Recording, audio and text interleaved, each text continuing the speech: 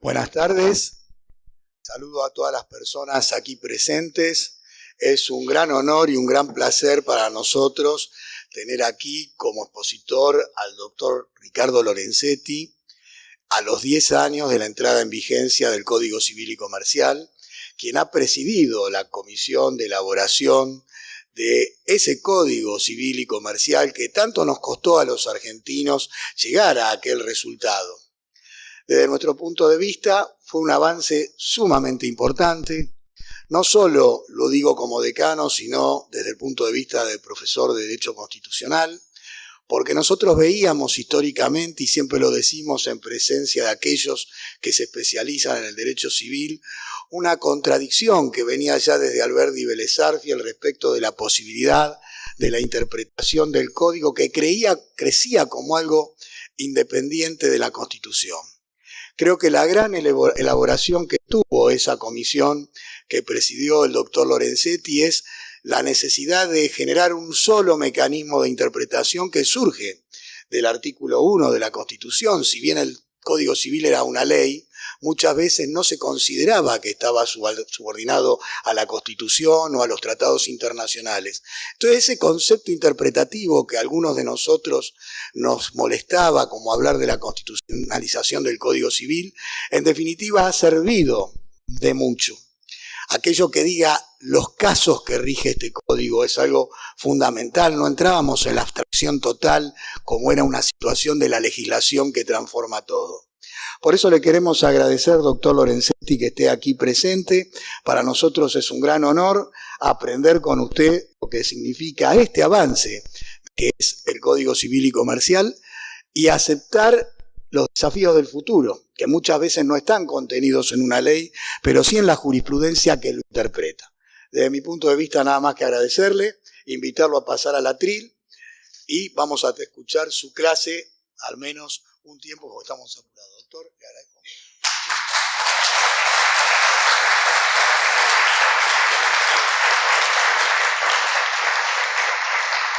Bueno, buenas tardes. Muchas gracias, señor decano. El privilegio es mío estar en esta facultad que ha sido durante muchos años y todavía lo es uno de los foros jurídicos de la Argentina. Por aquí pasaron muchos de mis maestros, muchos de los grandes civilistas y también en otras áreas del derecho, y también muchos profesores y profesoras que colaboraron con nuestra comisión en la redacción del Código Civil y Comercial de la Nación.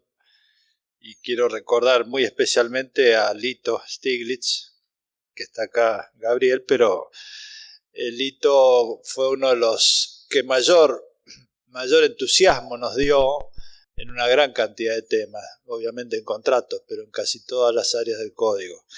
Así que esta facultad yo creo que es una de las grandes luminarias que tiene la Argentina y veo a algunos estudiantes, creo que tienen que sentirse orgullosos de pasar por esta facultad. La Argentina tiene un extraordinario potencial humano, donde hay enormes triunfos individuales y grandes fracasos colectivos. Tal vez esa es la gran ecuación que tenemos que resolver los argentinos, cómo hacer reformas institucionales que nos integren mejor detrás de los grandes objetivos comunes. Y esa es una de las ideas que nosotros trabajamos en la elaboración de la metodología de este código, y por eso hacía referencia el señor decano. Nosotros pensábamos que el sistema estaba muy desarticulado y entonces había que establecer una serie de principios de comunicabilidad entre lo público y lo privado. La Argentina es una sociedad con muchos derechos individuales desarticulados de lo público. Entonces, hay un libro de Ronald Dworkin que habla sobre este tema, el imperio de la justicia, en el cual hace referencia a una suerte de esquizofrenia en la desarticulación que hay entre el ejercicio de los derechos individuales y la vida social. Por eso ustedes encontrarán en ese título preliminar que ha sido mencionado aquí, la idea de que hay principios constitucionales que tienen aplicación en el derecho privado y viceversa. Creo que hoy es la lectura más simple y el lenguaje también es más simple y ayuda a que, como decía Andrés Bello, el gran codificador latinoamericano, el código puede estar en la mano de la gente común y que lo lea y lo entienda. Esa fue un poco la intención nuestra. Es un código de principios, por eso es importante esta introducción. Principios, es decir, que nosotros, por más que a veces cambie la realidad, nosotros vamos a tener en claro algunos principios básicos. Y esos principios también son los que nos permiten la adaptabilidad diacrónica y sincrónica, es decir, diacrónica en el tiempo. Quiere decir que el código es flexible y adaptable en sus reglas y principios a los cambios. Esta parte teórica es importante que la entiendan porque es una nueva concepción normativa. Los códigos anteriores solo tenían reglas. Las reglas son claramente descripciones de un supuesto de hecho específico y determinado. Uno puede ir por la ruta, por esta autopista por la cual yo vine, donde puede regular el tránsito diciendo que la velocidad máxima es 120, 130 kilómetros, y la gente sabe a qué reglas ajustarse porque está determinado y es preciso. Pero el principio de no dañar a otro no sirve para regular el tránsito, porque si yo voy manejando tratando de ver cómo interpreto yo y cómo interpreta el que viene enfrente no dañar a otro, vamos a chocar seguramente. Entonces, las reglas tienen un campo específico de regulación, pero los principios son nuestras guías. Dicho esto, es importante porque el código cumple 10 años, pero la idea de que ha sido elaborado en base a algunos principios y en complementación con las reglas hace que lo podamos aplicar no solo a las realidades actuales, sino a las que vienen, y de eso les quiero hablar un poco, porque me da la impresión de que la gente joven necesita entender lo que le está pasando y qué les puede ayudar el derecho. Una jueza con mucha experiencia de la Corte de Estados Unidos me decía, mire, la principal característica que tiene que tener alguien que está en las esferas del Poder Judicial es el oído. ¿Qué quiere decir? Escuchar cuáles son los reclamos, cuáles son los problemas. Y por ejemplo, cuando uno dice, ¿para qué sirve este código en las realidades actuales? Yo empezaría con un tema muy específico que es la tecnología. Fíjense que hoy hay una serie de la cual yo hablaba recién, que se ha difundido en los medios de comunicación y ha habido mucho debate, una serie inglesa sobre la adolescencia. ¿Qué cuenta esta serie? Algo que todos conocemos. Los chicos hoy están en su casa. A veces los padres los traen de la calle, que es peligrosa, y eso decían en la serie, y están tranquilos porque están en su casa. Pero en su casa tienen acceso a una realidad tal vez peor que la que está en la calle, porque no hay sociabilidad, no hay contacto, y entonces allí tienen acceso a la violencia de las redes, al juego, a la droga, a un montón de incentivos, y el chico comete un asesinato. Y los padres se sorprenden. Entonces acá empezamos a ver cómo es este tema de la tecnología hoy en día. ¿Qué pasa con las redes sociales? ¿Hay alguna regulación? Fíjense que la gran mayoría de los problemas que yo escucho actualmente tienen que ver con las redes sociales. Por ejemplo, la cancelación. Una persona hoy dice, nosotros somos libres. Sí, hay libertad. Pero si uno dice algo inconveniente, las redes sociales lo cancelan. Y yo conozco mucha gente que se autocensura por no hablar debido a la cancelación que producen las redes. Es decir, el ataque en las redes es tremendo y produce cancelación, produce censura, autolimitación. ¿Qué otro problema hay con las redes sociales? El problema de la formación. Nosotros podemos hacer un gran trabajo en las universidades y en las escuelas, pero la gran mayoría del tiempo educativo lo hacen las redes sociales. Y allí no hay control, y allí hay un mensaje muy duro, muy difícil. Hay bullying. Fíjense que hoy el principal problema que vemos en muchas escuelas y en muchos adolescentes es la discriminación a través del bullying. El bullying es la presión, el rechazo de alguien que parece que tiene una figura diferente a la que nos gusta. Y nosotros tenemos una gran estructura constitucional para esto, porque está prohibida la discriminación. Pero ¿qué pasa con la realidad? ¿Cómo podemos hacer para entender esto? Todos estos problemas lo hemos discutido cuando se elaboró el código. Y yo voy a mencionar las normas que no se usan del código. Las que se usan ya las saben. Pero hay un artículo 1770 del código en el cual nosotros reformulamos lo que había escrito Borda en el año 68, que fue una gran reforma, introdujo el entrometimiento arbitrario en la vida privada, es decir, meterse en la vida de alguien, sin derecho. Y nosotros dijimos, de cualquier modo, y hablando de la vida privada, y cualquier modo significa también las redes sociales. ¿Y qué dice este artículo? Que hay una acción preventiva que permite la cesación y una acción resarcitoria. Este artículo permite que cada uno de los afectados en la cancelación, de los padres que ven que sus hijos tienen acceso o son presionados o son discriminados, tengan acciones de tutela preventiva. ¿Contra quién y dónde? Este era otro problema, porque cuando uno piensa el espacio digital es muy distinto al espacio físico. Nosotros sabemos que el derecho históricamente, desde Roma hasta aquí, fue edificado sobre las estructuras normativas de espacio y tiempo físico. Pero ahora el espacio virtual no tiene las mismas categorías ni temporales ni espaciales. Entonces introdujimos dos normas, porque muchas veces en Internet uno no sabe a dónde litigar, porque termina en un lugar lejano. Y hay dos artículos en la parte de Derecho Internacional Privado, en las relaciones de consumo, que permiten que uno litigue en la zona, en el lugar donde está. Hay varias opciones que no voy a mencionar porque es extenso. Y con la ley del consumidor o usuario. Es decir, concretamente hay acciones en este tema, que es la intromisión en la vida privada. Y hay acciones también en las relaciones de consumo. Porque fíjense que nosotros paulatinamente nos hemos mudado al mundo digital.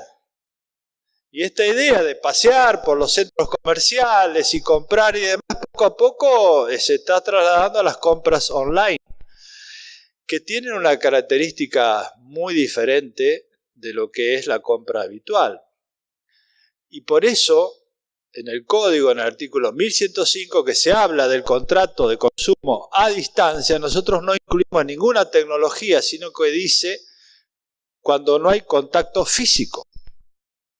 Y si no hay contacto físico, cualquiera sea la tecnología, es usable este artículo, donde hay varias obligaciones. Una es explicar cómo es el deber de informar sobre el medio utilizado. Fíjense que hoy uno contrata en Internet y tiene muchísimos problemas. No sabe con quién hablar, habla con una computadora, no le contestan, no hay nadie, ninguna voz humana. Todo esto está regulado. Y se puede accionar, y sin embargo no hay acciones. Yo le comentaba a Gabriel, que hace muchos años que está en este tema, que hay un enorme trabajo doctrinario, y hoy está en el código, pero no hay acciones. Es porque no se conoce, es porque falta ese activismo que decía Morelo, ¿no? Aquí. Eso es necesario. Entonces, ¿por qué? Porque nuestra gente lo está sufriendo, entonces tenemos que ayudar a que esto se resuelva. Entonces tenemos protección de la vida privada en el entrometimiento arbitrario en el 1770, los contratos a distancia. Ayer hablábamos en un evento con Aida Kemmelmacher de Carlucci de la progresividad de los menores, en el artículo 26, que nosotros dijimos, bueno, los menores de hoy no son los mismos menores de la época de Vélez, hay autonomía progresiva, es decir, no es lo mismo un chico chiquitito de uno más grande. Pero claro, decía Ida, el problema de hoy es que contratan. Muchos piensan que este artículo 26 se refiere solo a la protección de los actos no patrimoniales, es decir, cuando el menor se compromete en su salud. Pero hoy los chicos juegan al casino. Es una cosa impresionante. Juegan al casino en internet y además comprometen su patrimonio y el de sus padres. ¿Y quién los protege? ¿O no tenemos medios para protegerlos? Sí hay medios, es decir, lo que nos falta es la decisión de utilizar todos estos mecanismos, el 26, el 1770, el 1105, es decir, hay todo un caudal de acciones en el plano de estos acontecimientos muy actuales de la vida de los adolescentes en nuestro país y en el mundo. Y si hacemos un paso más, asistimos a otra tecnología que es cada vez más difícil de manejar, que es la inteligencia artificial, que nos está planteando desafíos extraordinarios, porque nosotros hace 50 años o más empezamos a ver la acción humana sobre la naturaleza. Y ahí surgió el derecho ambiental, que el código también se ocupa. Pero ahora empezamos a analizar la acción humana sobre el humano. Y entonces la inteligencia artificial empieza a actuar sobre el cerebro humano. Y este es otro gran desafío. ¿Por qué? Porque ¿qué es lo que puede hacer la inteligencia artificial? Bueno, muchas cosas. Primero, dejarnos sin trabajo. Porque puede escribir demandas, puede hacer sentencias, puede hacer tesis doctorales, puede hacer traducción. Lo notable de la inteligencia artificial en materia del impacto en el desempleo es que la revolución industrial dejó sin empleo al trabajador y la trabajadora industrial. Pero esta tecnología afecta a los que la crearon, en primer lugar, porque puede desarrollar mejores programas de investigación que los programadores. Es decir, hay una gran preocupación en Silicon Valley porque se quedan sin trabajo. Pero además, todas las profesiones, los artistas, puede imitar la voz de un artista, la imagen de un artista, puede jugar al ajedrez, puede hacer sentencias. A ver, es un desafío extraordinario que va a cambiar la humanidad. ¿Y nosotros qué estamos haciendo en el derecho respecto de esto? Nada. Sin embargo, si nos ponemos a trabajar, hay muchos mecanismos respecto a lo que es la inteligencia artificial. El primero, que es el gran desafío que todos hablan, es el control social.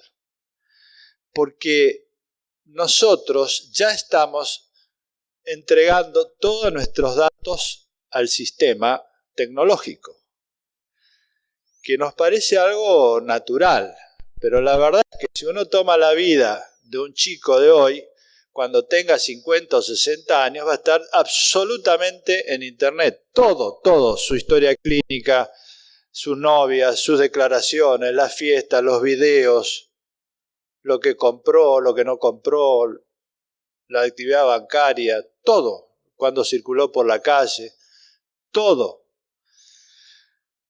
¿Qué puede pasar con esto? Que estos datos se concentran. Y cuando se concentran estos datos, viene el control social. Uno de los grandes debates del mundo de hoy es hasta qué punto la democracia puede subsistir si alguien toma el control de la tecnología, que es un tema muy real. Fíjense que uno de los grandes problemas de hoy es que los tecnólogos están desplazando a los industriales y se acercan a los gobiernos para darles un instrumento de control social fenomenal. Y si ustedes quieren ver cómo funciona esto, hoy hay muchas series que ya lo muestran. Que, por ejemplo, que hay una serie que se llama En Caída, En Picada, Black Mirror, una de las series de Black Mirror es en picada, muestra lo que es la tarjeta social, que ya se aplica en algunos países. Uno tiene una tarjeta donde va sumando puntos, cuidado con las tarjetas, pero a medida que suma puntos, también puede restarlo. Si lo resta, si opina en contra del gobierno, si hace una actitud o comete una falta. Y entonces el control social es devastador, agobiante. Entonces acá, ¿qué es lo que tenemos? Es una posibilidad de que todos los datos personales pasen a ser controlados por alguien y nosotros controlados también. Y este es un problema muy serio que ya está discutiéndose en todo el mundo y que es una realidad. ¿Qué dice el código al respecto? Nosotros tenemos, desde el artículo 52 en adelante, los derechos personalísimos.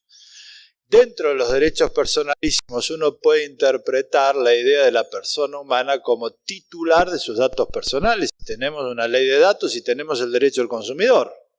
Y tenemos acciones preventivas y tenemos acciones resarcitorias para reclamar por nuestros datos personales. Y hoy se trabaja el derecho a la transparencia de los datos, Es decir, muchas veces nosotros no sabemos cómo actúan esos datos. Entonces, ahí tenemos también otro campo de acciones importantes en materia de protección de los datos personales. La privacidad empieza nuevamente a tener importancia en el mundo. Hace muchos años que la privacidad es un tema, pero la privacidad era defenderse respecto de que alguien que nos ataca, el Estado, una empresa. Hoy la tenemos acá atrás, adentro. O sea, hay un control social sin que nos demos cuenta. Entonces ahí tenemos acciones importantes en una relectura actual de lo que es la codificación. Hay que tener un poco, relacionar estos principios respecto de lo que son los problemas actuales. Por eso me pareció muy bien que diga el decano, el código habla de casos, casos. Es la estructura, es la concepción del derecho como ciencia problemática, no como ciencia especulativa de discusiones, que está bien, pero cuando son leyes es una estructura problemática, resolver conflictos. Y si seguimos un poco con la práctica cotidiana, si ustedes se fijan en el impacto que puede tener la tecnología en el Poder Judicial, es tremendo. Porque la prueba, tenemos 2 jueces de derecho penal acá, la prueba de confesión hoy es el celular. No necesito preguntarle nada a nadie, le pido el celular y es válido. La prueba testimonial hecha con inteligencia artificial es exactamente igual que la prueba física, exactamente igual, indistinguible. El libre albedrío en materia penal, la imputación de alguien que está todo el tiempo metido en internet y desestructurado psicológicamente, es un tema que ya se está discutiendo. La peligrosidad de una persona, hay un caso en Estados Unidos, Loomis, que es muy conocido, donde el juez trata el caso de una persona que había cometido una falta que no era grave, pero pide, y tenía que graduar la pena, y pide un informe sobre la peligrosidad, y lo hace una empresa con inteligencia artificial, y el algoritmo no distingue la relevancia. O sea, analiza en la red todo lo que hay. Entonces, claro, una falta de tránsito es grave. Lo mismo que un asesinato o una declaración en internet. Y entonces le dio la máxima peligrosidad. Y cuando se queja, le dieron la máxima pena también. Cuando apela, pide las razones y le dice a la empresa, nosotros no sabemos porque lo hizo el algoritmo. Es opaco el algoritmo. Entonces reclama, y hay un derecho a conocer la transparencia del funcionamiento del algoritmo. No, lo que hay es un derecho a que el juez o la jueza ejerza su función judicial, que no es transferible a los algoritmos. Una cosa es la instrumentación y otra es la decisión. La decisión judicial es un acto claramente humano y debe seguir siéndolo. Cuando nosotros avanzamos en los problemas concretos que el código previó, hay otro área que también es muy poco utilizada, que es la cuestión de la modificación del ser humano. Yo escribí mi tesis doctoral hace muchísimos años, en el año 86, sobre la responsabilidad del médico. En ese momento yo hice una distinción que me parecía relevante, que era entre la medicina con finalidad curativa y la medicina con finalidad modificativa. Y pareció un poco raro en esa época, pero me pareció que era un tema que iba a crecer. Bueno, hoy creció. La cantidad de actos médicos que hay, que no persiguen curar, sino modificar, es enorme. Porque hoy nosotros no estamos conformes con lo que somos y entonces podemos pedir que nos modifiquen. Y empezamos, bueno, la nariz, el pelo, todo. Todo lo que ustedes saben, lo que hace la medicina estética. Y ahí hay una enorme publicidad, porque no es casual que hoy, sorpresivamente, todo el mundo se haga tatuajes, no es casual que todo el mundo quiera operarse de algo sin necesidad, para estar mejor, para verse mejor, porque en definitiva es casi narcisista, ¿no? No es que nos mire alguien, nos gusta a nosotros mirarnos. Entonces, esta es una influencia muy fuerte de la publicidad. Claro, nosotros incluimos una norma sobre publicidad en el código y todo el mundo dijo, ¿cómo en el código van a incluir una norma de publicidad? Es que es una realidad, y Gabriel lo sabe bien, lo hemos trabajado mucho, la publicidad inductiva. Si ustedes se fijan hoy, el acceso que hay a publicidad inductiva en las redes sociales es brutal. Entonces, hay acciones preventivas, artículo 1101, que nos permiten controlar la publicidad cuando induce a prácticas que pueden ser autolesivas. Esto pasó hace muchos años respecto a la publicidad en los cigarrillos, pero hoy en la publicidad estética es tremendo. Entonces acá hay otra área muy importante. ¿Y por qué lo digo? Porque esto no es que va a disminuir, va a aumentar. Porque hoy una de las grandes tecnologías que está en desarrollo es los que llaman las tecnologías de la vida. Entonces hoy hay una programación genética que ya está aplicándose. Fíjense que hoy es posible que uno quiera elegir el tipo de chico que va a tener, si tiene qué tipo de ojos, la conformación genética. Esto es un desafío. Piensen ustedes que las grandes declaraciones de derechos humanos decían la igualdad ante la ley. Y no somos todos iguales, acaba de empezar a haber diferencias, cuidado. Entonces acá hay un campo de debate ético y jurídico enorme. Yo acabo de escribir sobre esto, por eso estoy entusiasmado. Pero son los temas que nos van a ocupar. Nosotros tenemos muchos problemas con estas tecnologías porque son muy buenas, pero si no se controlan los efectos colaterales y adversos pueden ser tremendas, pueden llevarnos a un autoritarismo, pueden llevarnos al control social, pueden llevarnos a modificar nuestra vida cotidiana. Entonces esta es un área importantísima que revitaliza el código respecto del futuro, respecto de lo que estamos viendo que está, hacia ahí va el mundo. Nadie sabe bien para dónde va, pero sí que esto es una realidad extrema que nos está sucediendo y nos está desafiando.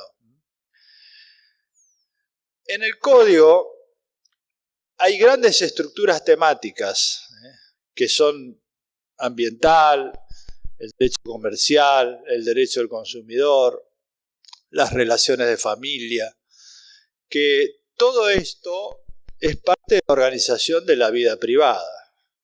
Ahora bien, esto tiene que ver también cómo se lee y se aplica la legislación. Y por eso en el Código hay unas normas importantes al principio relativas a cómo nosotros debemos aplicar la ley. Y hay un aspecto que yo siempre trato, que me parece importantísimo en nuestros días, que es la idea de la razonabilidad de la decisión judicial.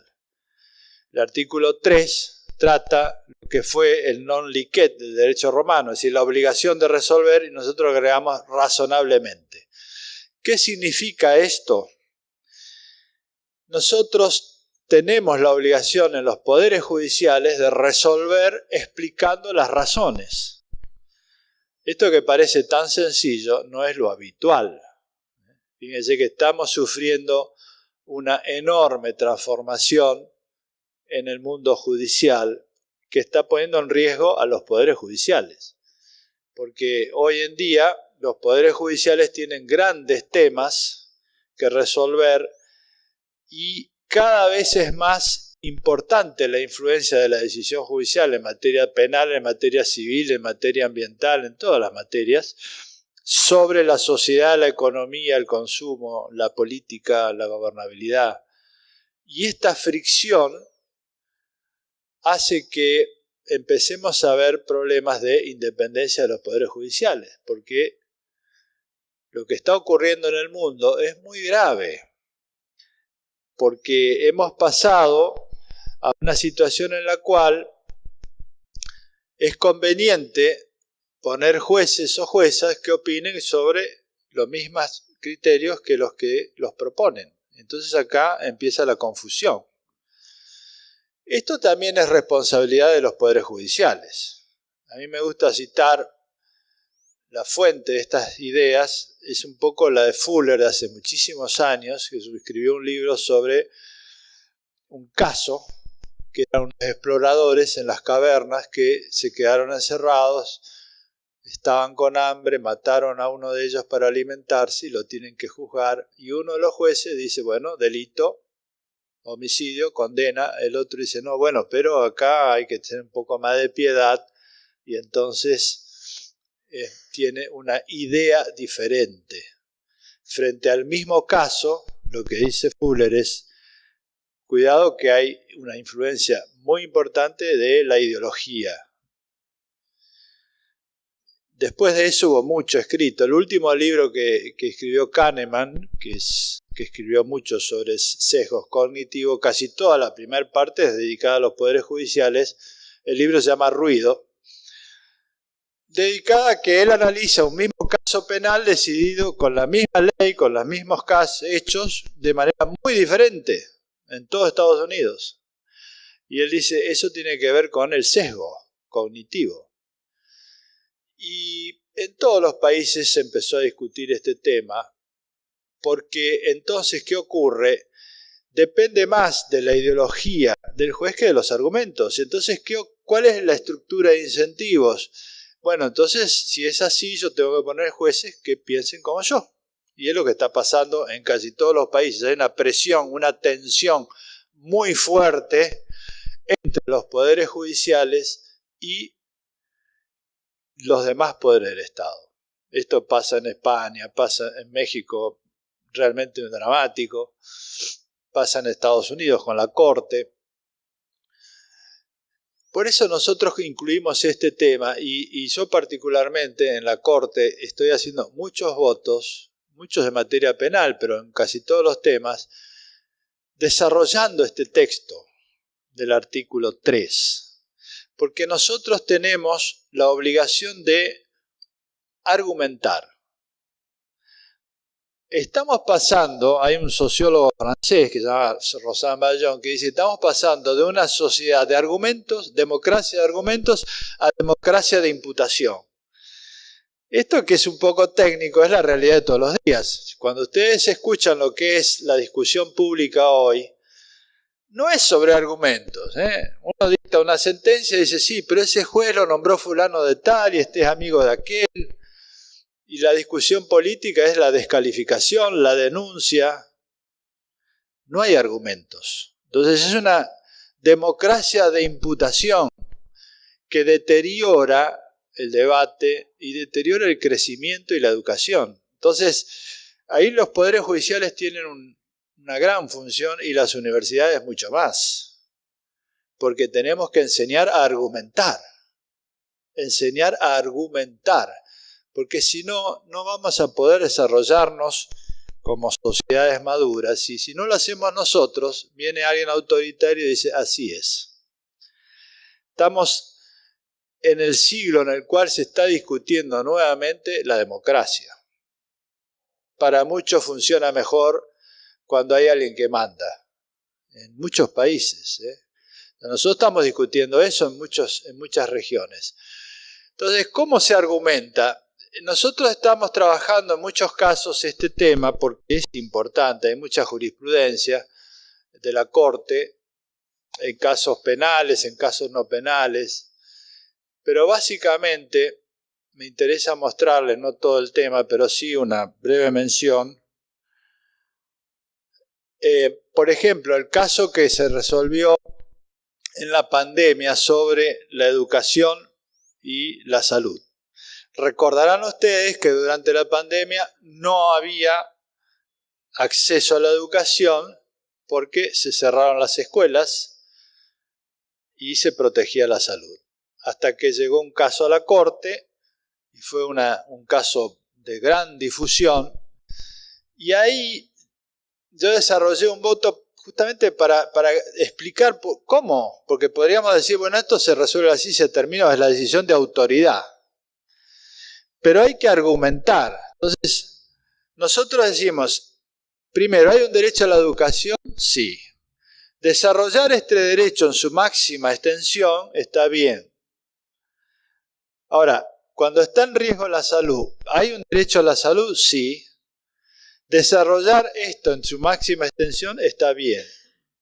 Ahora, los principios son mandatos de optimización. Es decir, uno tiene que hacer lo posible para desarrollarlo al máximo. Esta es la concepción de Alexi en Alemania que nosotros hemos recibido en la Argentina. Pero si desarrollamos dos principios competitivos, chocan entre sí. Entonces, tenemos que explicar cómo llegamos a un juicio de optimalidad, se llama. Es decir, cómo ponderamos, cómo hacemos el juicio de ponderación. Es así como hay que argumentar. Por eso ahí escribimos. Si desarrollamos mucho la educación, pero ponemos en riesgo la salud, no vamos a lograr educación con chicos enfermos. Si desarrollamos mucho la salud, la protección de la salud, y nos quedamos sin educación, también. Entonces, se admite una restricción temporaria, siempre y cuando no se afecte la sustancialidad del derecho. Esa fue la solución. Como hubo una restricción temporaria, pero esa restricción temporaria era excesiva, se estaba afectando ya la sustancia del derecho y entonces había que cortar y decir, ahora hay acceso a la educación. Esta es la manera de organizar los argumentos. Lo mismo sucede con la libertad de expresión y la privacidad. Si nosotros llevamos la libertad de expresión a su máxima expresión, afectamos la privacidad, y si elevamos la privacidad a su máxima expresión, afectamos la libertad. Entonces, este tipo de razonamientos está en casi todos los temas. Cuando ustedes ven un conflicto, siempre hay necesidad de ponderar los distintos argumentos, que es justamente lo que no hacemos.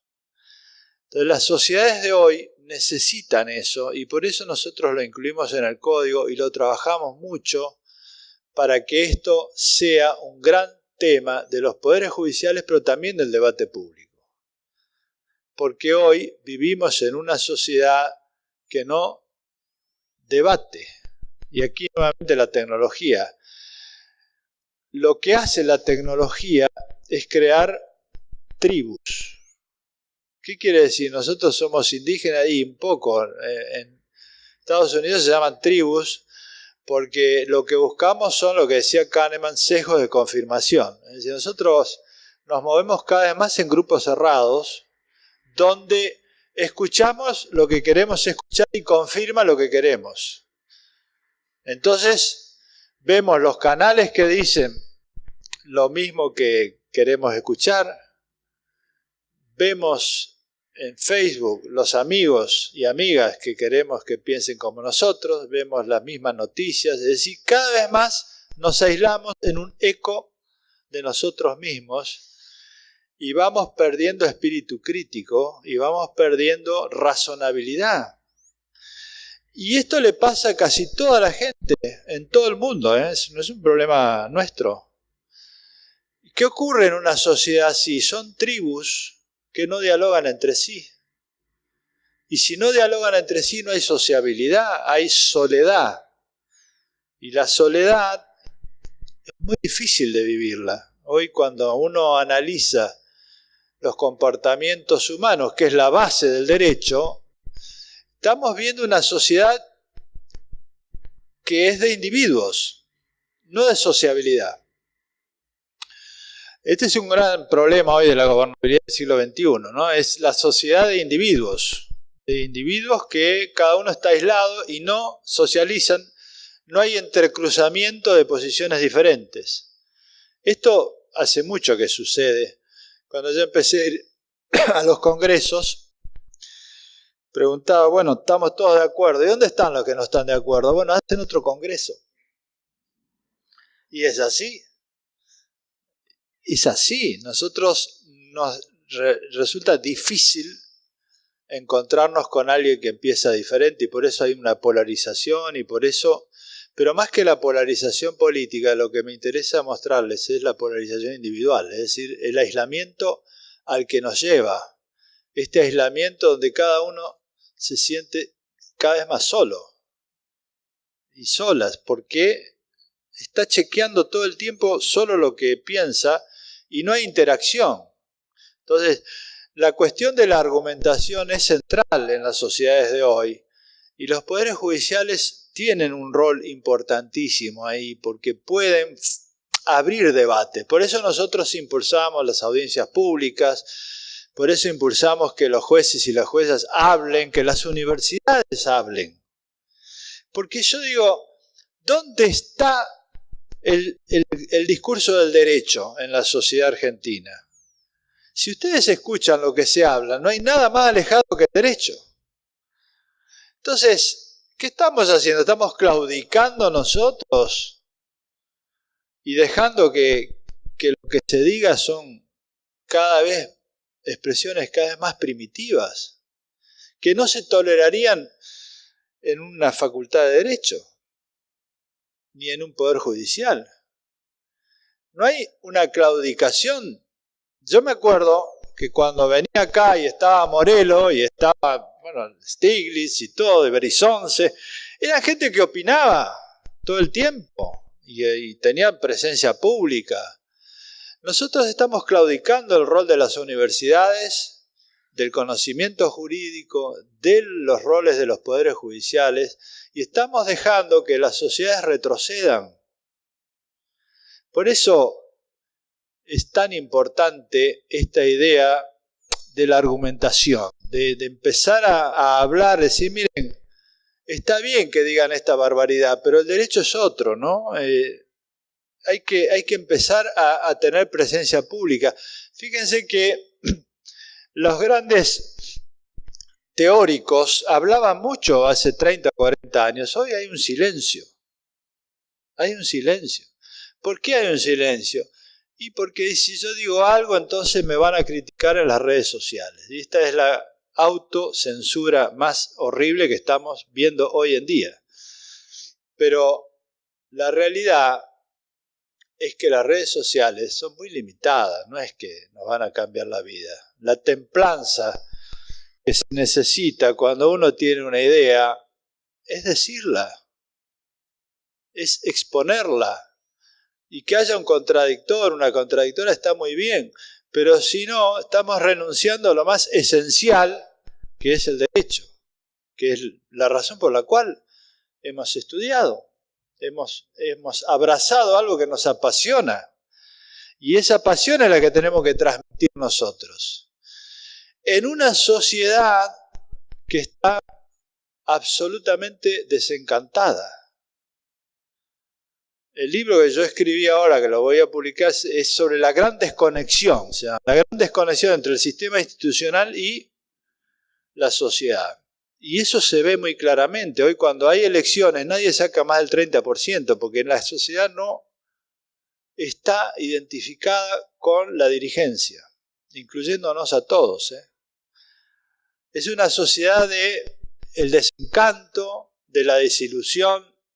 Es una sociedad que vive más o menos lo que pasó en el otoño de la Edad Media. Hay un libro que a mí me gusta de Huizinga que se llama El otoño de la Edad Media, donde dice, ¿cuál era el modo del final de la Edad Media? Era el desencanto, era la desilusión.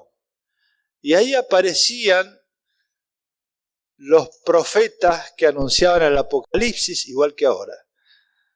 O los que anunciaban el enojo, igual que ahora. Más o menos hay una suerte de analogía entre el otoño y la Edad Media. Pero el otoño y la Edad Media terminó con el Renacimiento. El Renacimiento fue un poco renacer del humanismo. ¿Qué es lo que se habla? Si ustedes ven lo último que escribió el Papa Francisco, es eso. Nosotros hicimos una sesión hace muy poco, en marzo, sobre el derecho a la esperanza con el Vaticano. ¿Qué es eso? Es decir, el derecho a la esperanza, no a la desilusión. Porque hoy lo peor de nuestra sociedad es esto de bajar los brazos, encerrarse y no hacer más nada y dedicarse a ver lo que nos tranquiliza. Que nos tranquiliza transitoriamente. Después viene la desilusión y después viene la depresión. Porque hay muchísima gente enferma. Entonces, el otro día yo fui al teatro en Buenos Aires, viene un padre con un chico y me dice, ¿lo puede saludar el chico? Sí, y quería sacarse una foto. Y el nenito así me dice, quiero ser juez cuando sea grande, ¿no me da un consejo? Le digo, mira, lo único que te puedo decir es que tengas ideales. Porque la verdad es que en cualquier situación, si ustedes se fijan, en cualquier situación difícil, la gente que la pasó bien y que pudo pasar el trance es la que tiene ideales. No hay otra cosa, ni plata, ni propiedades, ni nada.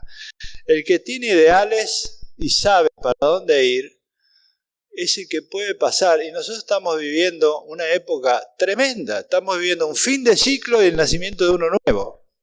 Estamos en el medio de una transición histórica extraordinaria.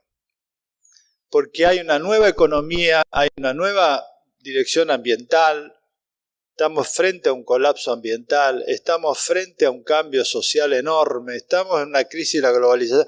O sea, no nos falta ninguna crisis, pero también tenemos mucha esperanza. Y yo lo que creo es que es importante, y por eso estamos haciendo esto ahora, en estos días y en este año, es transmitir que el derecho y sobre todo este tipo de codificaciones, que son codificaciones que lo que pretenden es transmitir sabiduría acumulada. El código es sabiduría acumulada de muchas generaciones, porque cuando uno lee lo que está, es lo que escribieron muchísimos hombres y mujeres del derecho durante muchos años. Y se fracasó una vez con la codificación, y se fracasó otra vez, y otra vez, y otra vez, y este mismo código se cayó 3 veces. Y ese esfuerzo de una generación terminó en esto que es sabiduría acumulada. Entonces yo insisto que no se pierdan frente a los hechos nuevos. Hay muchas novedades técnicas. Y ese conocimiento técnico está en manos de gente muy joven. Cuando ustedes ven lo que dirigen el mundo en Silicon Valley, son chicos que saben mucho de tecnología, pero no tienen la menor idea de dónde va el mundo. Y esto lo están escribiendo todos, los tecnólogos que ya pasaron esa edad, los que trabajaron en inteligencia artificial. Varios de ellos firmaron declaraciones diciendo, miren que ahora que ya somos más grandes nos estamos dando cuenta que esto puede poner a la humanidad en riesgo de extinción. nada menos. De ahí se aprende que ese conocimiento técnico no es suficiente. Lo que necesitamos es transmitir la sabiduría de tantos años de experiencia de mucha gente que ha trabajado por un mundo mejor. Esa es nuestra esperanza y por eso hacemos esto. Bueno, nada más y muchísimas gracias.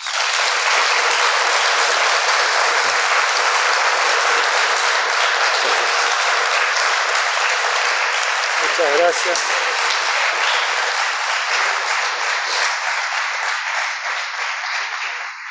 Hola, ¿qué tal? Haciendo mención a su libro, profesor, y terminando un posgrado de constitucional, y recordando y resaltando profesores como el doctor Mayón, entre otros profesores, entre Safi, Falvo, que está sentado, entre otros más, en cuanto al Arroyo del Gato, que todavía tiene una...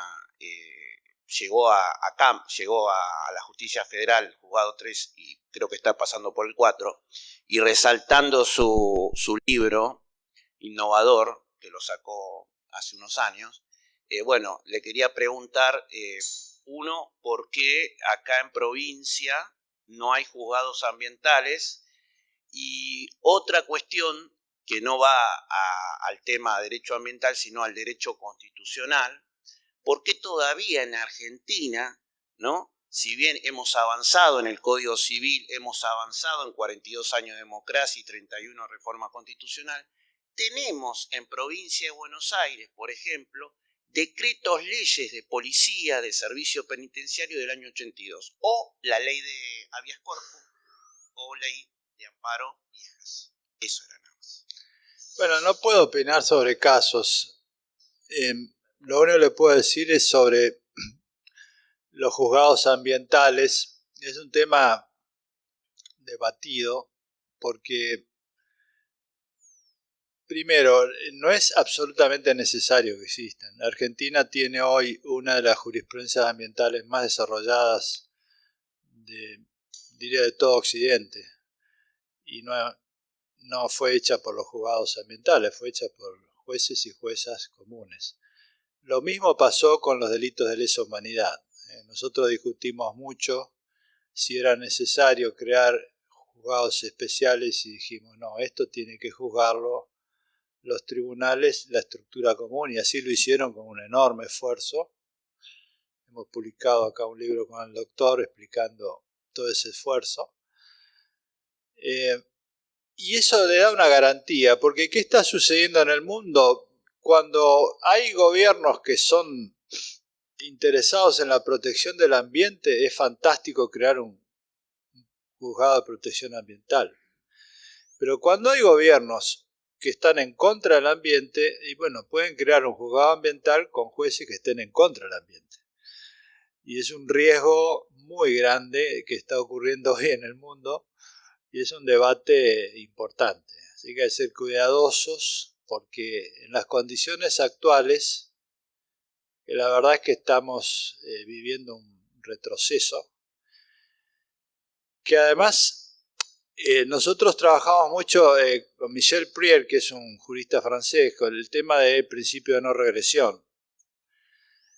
Y cuando hablamos del principio de no regresión, también se aplica internamente a los poderes judiciales, porque a veces hay juzgados que son digamos, muy avanzados en la protección ambiental, cambian los jueces o las juezas, o pasa el tiempo, entran otros y retroceden.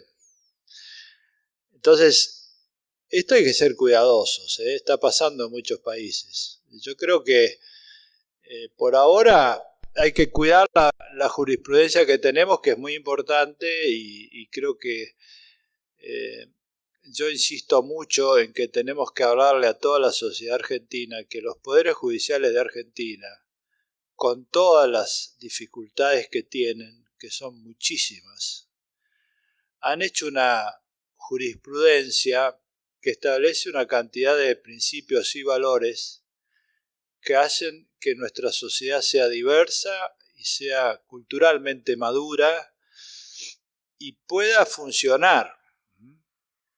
Y que eso no cambia con los gobiernos. Es muy importante que lo entendamos, porque si nosotros cambiamos nuestros principios con cada gobierno vamos a estar mal. Entonces el riesgo de crear juzgados especiales es ese. Y yo creo que hoy mejor cuidemos lo que tenemos.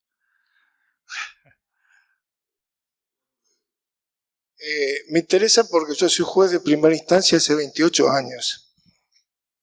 Y lo que dijo usted acerca de evitar designaciones que respondan a determinados gobiernos y demás, ¿sería posible evitarlo tal vez una carrera judicial? Sí, claro. Yo creo que hay algo muy importante que se discute en casi todos los países hoy, que es justamente la independencia de los poderes judiciales. Entonces está todo en cuestión. La carrera judicial es algo que hay que defender y eso es una manera importante de protegerlo. Porque hay un ataque muy grande sobre los poderes judiciales en todos los países. Yo les puedo mostrar, en México yo fui 2 veces el año pasado porque hicieron una reforma sometiendo los poderes judiciales al sistema electoral. Y finalmente la hicieron. Yo les expliqué el caso Rizzo nuestro, que el Poder Judicial es contramayoritario y que declaramos inconstitucional esa reforma, porque no puede ser sometido a elecciones. Y sin embargo, en México la Corte no logró por un voto la declaración de inconstitucionalidad. Entonces ahora hay un proceso electoral. Si ustedes vieran las campañas, se espantan, porque es una cosa increíble las campañas electorales de los jueces y juezas en México, porque desde que son financiados por cosas raras, bueno, de todo. Ese es un retroceso enorme. El otro retroceso que hay es la politización partidaria. Es decir, nosotros creo que no hemos avanzado, hemos retrocedido en eso. Y la verdad es que los consejos de la magistratura hacen lo que pueden, pero no están funcionando bien, porque en los cargos importantes hay una fuerte presión política en todos lados, ¿no? Si hay división política, en esto no. En esto están todos en la misma línea. Entonces yo creo que es importante abrir un debate, que lo tenemos que hacer desde la Corte, sobre la independencia del Poder Judicial. Es decir, hasta qué punto queremos poderes judiciales independientes o no. Eso implica una reforma del Consejo para hacerlo más ágil, porque no puede ser que un concurso demore 6 años o 7 años. Porque en ese tiempo cambió la vida, cambió las expectativas, la gente ya ni siquiera tiene ganas de ser juez o jueza, pues se dedicó a otra cosa. Se casó, se divorció. No tiene sentido 6 o 7 años en un concurso, donde además tiene que desfilar por todos los partidos políticos. Esto lo sabemos todos. Entonces, yo creo que viendo lo que pasa en el mundo, en Argentina todavía estamos bastante bien.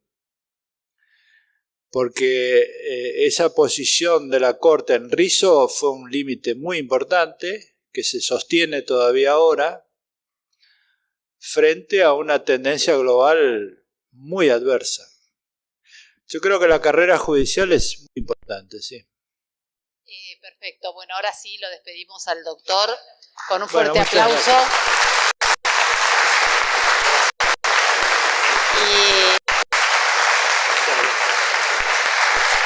Y simplemente decir que desde la Facultad de Ciencias Jurídicas y Sociales estos aportes que no son solo para estudiantes y para graduados, sino para profesores, en donde nosotros como docentes podemos tomar estas enseñanzas del doctor y transmitirla hacia nuestras cátedras. Así que muchas gracias a todos por esto.